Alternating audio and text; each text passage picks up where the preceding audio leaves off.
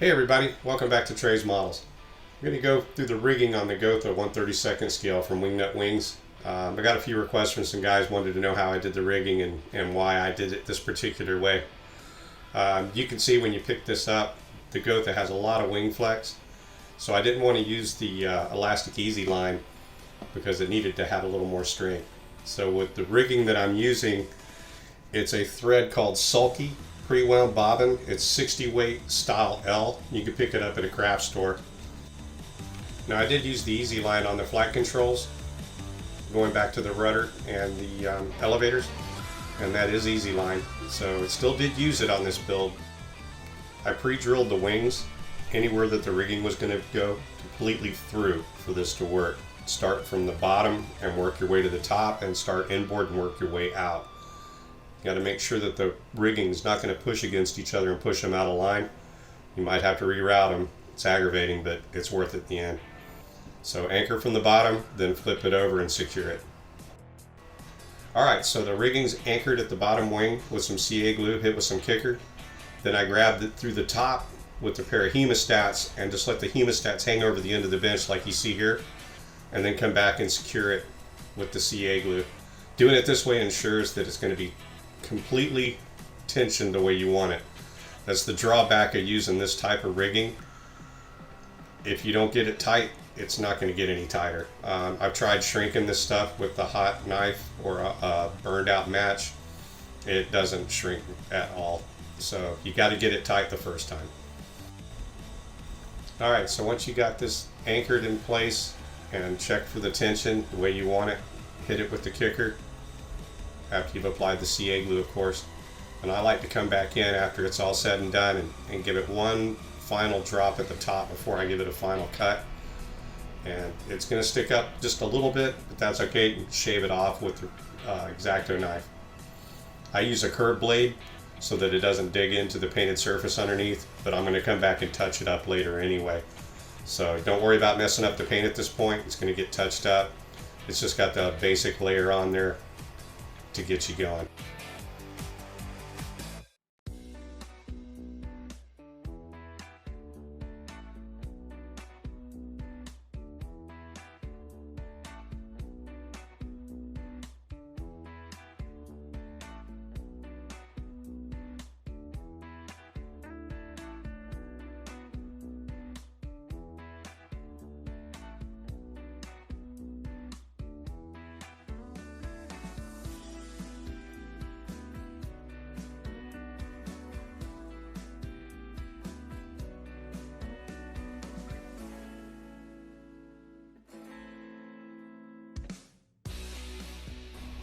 Okay, that's basic rigging. Pretty simple. There's nothing really overcomplicated about it.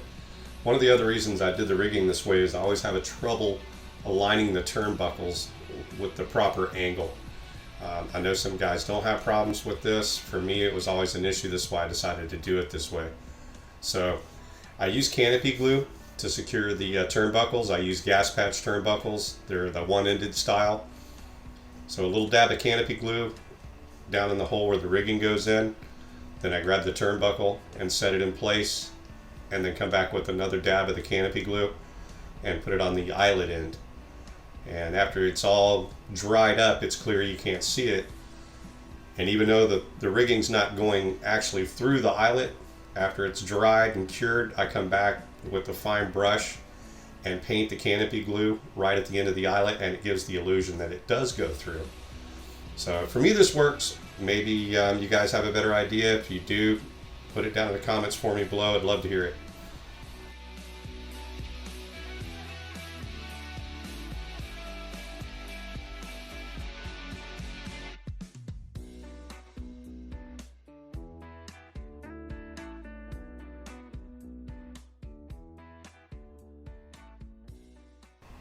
Okay, so pros and cons of doing the rigging this way.